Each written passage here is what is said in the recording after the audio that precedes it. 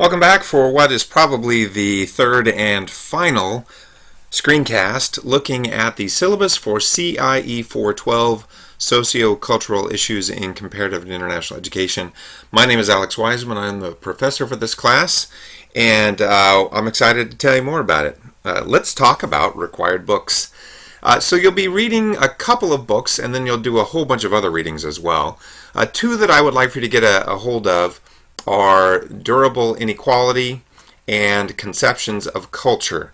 Those are both available through a lot of different online resources. I say they're available for purchase from the Lehigh Bookstore, but I don't believe that the Lehigh Bookstore has them right now. So I would suggest using an online bookseller, or maybe you could walk into, I think Durable Inequality is popular enough that you could probably walk into a Barnes & Noble or some other bookstore somewhere and find it. But try to get those ahead of time. You have a couple of weeks until into the semester until we have to start reading Tilly. Tilly will be the first book that we'll look at, and then Conceptions of Culture will come after that. But do get those as early as possible. Additional readings are in the syllabus. We'll look at those in just a second, but what I'd like to point out is that I've tried to make as many available as possible through links in the syllabus below as I can, but it is truly your responsibility to find or download copies of the readings in advance of class so that you can do the reading and be prepared for class discussion. I implore you, don't wait to find the readings.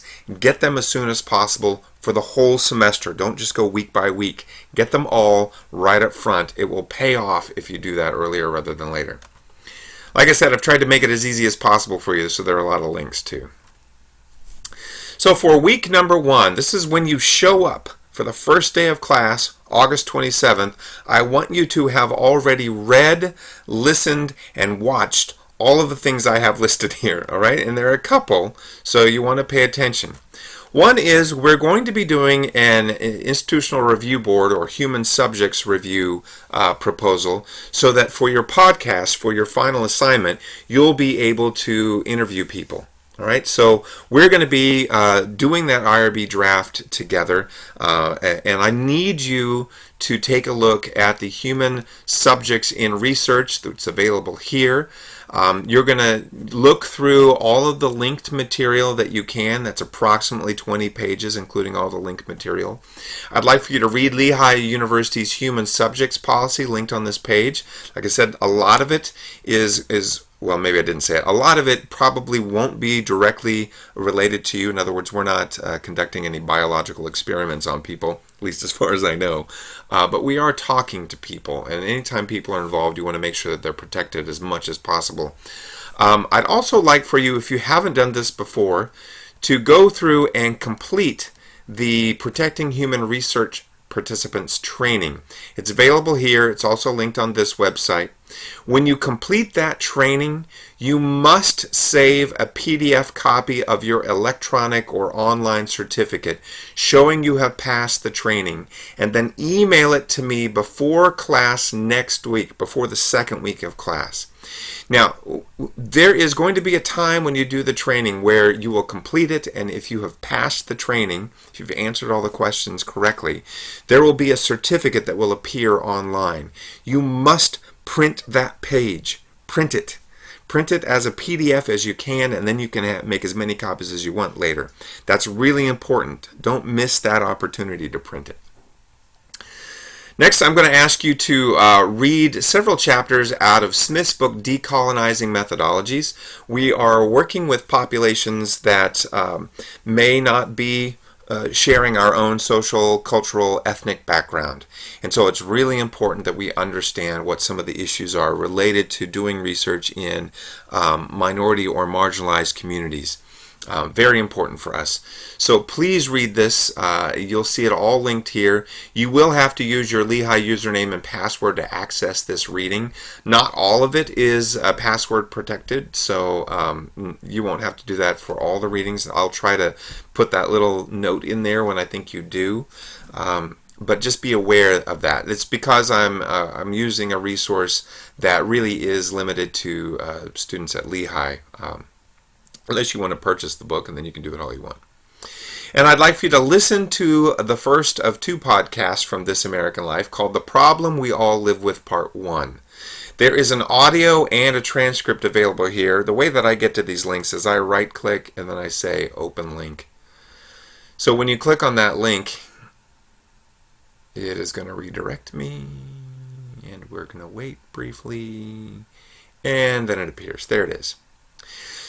So you can just start listening. You can just click it right here. You can launch a player. You can download it. You can do it section by section. See how they have it structured. They have a prologue, which is their intro. Then they have Act 1, Act 2, and then they only have Act 1 and Act 2. So you can see how they've structured it. You can download the transcript if you'd like the words that go along with the audio. There are lots of things you can do on this page, but you need to have either listened to or read, or maybe both, this podcast, The Problem We All Live With, by the first day of class. Okay. And then finally, I'm asking you to watch a couple of short videos, 10 and 15 minutes long. We're going to focus a lot on macro-social and macro-cultural theories, but there are some micro-theories that are highly relevant to mass education and socio-cultural development. And so I'd like for you to at least have a basic understanding of Vygotsky, Kohlberg, and Erickson. Those are really important, and if you come from an education background, like you were a teacher or you did a certification program or you studied education as an undergraduate, you will, I hope, recognize those 3 names. For those of you who don't have an education background, you need to know who those people are, just so that you can refer to them as we go through the class. All right. So 35 minutes of your life, and you should have enough. And then you'll see that each week starts with what the required readings are. Or actually, it starts with telling us what the topic is. We start Module 1 on Week 2, which is Thursday, September 3rd. We're going to be talking about our IRB draft again. We're going to be talking about the podcast, specifically related to the topic of integration and segregation. And we're going to be trying to think of what our international and comparative spin on that is.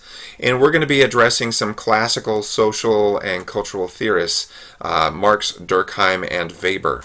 So you're going to listen to part 2 of this podcast. I just showed you how to get there and how to do it. You right click, open the link, and then you can listen or download transcript or both.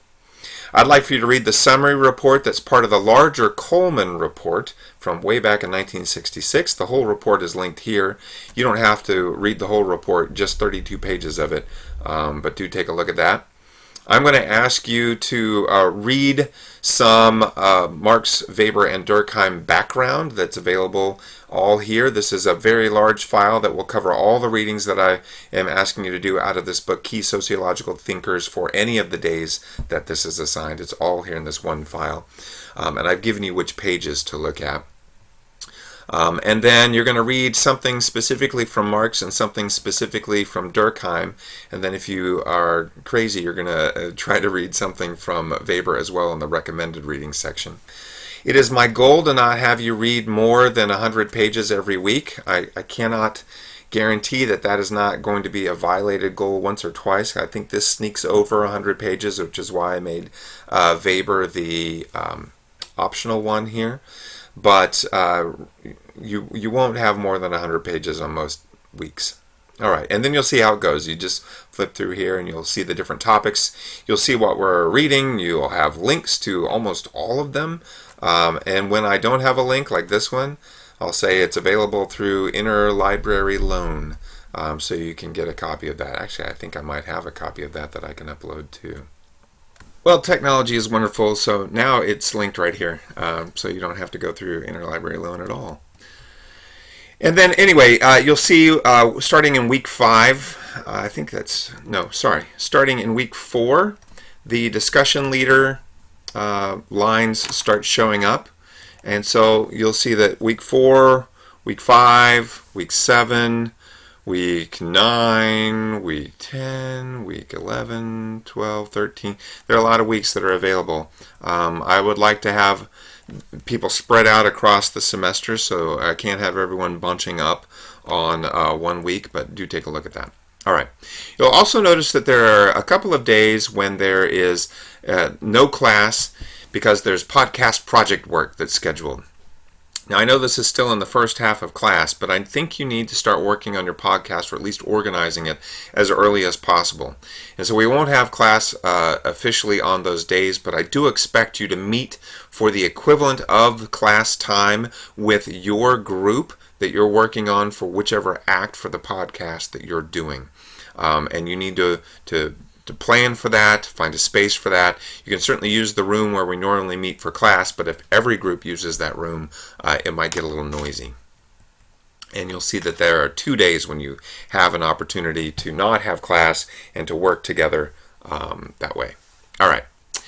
Finally, I've tried to list when you have specific things due. So the take-home exam is due on October 15th, highlighted in yellow and in red text. Shouldn't be hard to miss. Or it should be hard to miss, shouldn't be easy to miss. And then finally, you'll have group presentations for your act on December 3rd. What this will probably, rather than group presentations, we're going to talk about what this will look like. I think it should be a performance, and I'm using air quotes again, of your podcast, and thinking about how we're going to disseminate that to the public. Okay, so that's our syllabus, and we've got a lot of exciting stuff that we're doing. It is important that you take a look at the syllabus, think of any questions that you have. Let me just go over a couple of things right here at the end. You already know when we're meeting. For those of you who are on campus, I believe we're currently assigned to room A235 in Iacocca Hall, but you might want to check that before the first day of class just to make sure. You also will need to know that I have office hours on Thursdays from 1 to 3 p.m. That is for 2 solid hours before class starts. But if you would like to meet me at a different time, you can always do that using calendly.com. And let me show you what that looks like. If you open that link, it will take you to my calendar. And you first have to decide how long you want to meet. You want it 15, 30, 45, 60 minutes? Let's go for 15, just for the heck of it. I don't believe I made myself available until the semester starts, but you'll see starting on August 25th, there are a lot of start times available. So let's say you want to meet on August 25th for 15 minutes. You click on that little circle and then you choose one of these times. All right? So let's say we're going to meet at 9 a.m. And then you hit confirm. And then you tell me your name, you tell me your email address, you tell me what we're meeting about, and you hit schedule the event. I'm not going to schedule it because I don't want to make a meeting with myself. But you see how this works, right? It's pretty easy. I'm going to say it right now that my calendar fills up very quickly once the semester starts. So I highly encourage you to think ahead, at least maybe a week, about whether or not you would like to meet. I have encouraged you in the syllabus to meet with me to talk about your discussion activities in advance of the week that you're actually doing the discussion activity. So if you want to go ahead and schedule a group meeting with me right now, the week before you're supposed to lead that activity, you should do that. That would be smart. And what else can I say? I think that's about it. So you'll obviously have questions. We will definitely have time to answer those questions. Please feel free to email me at this email address anytime. I will answer as quickly as possible. Even if it takes me 24 hours, I will try to get back to you as quickly as possible. And I will see you all no later than Thursday, August 27th.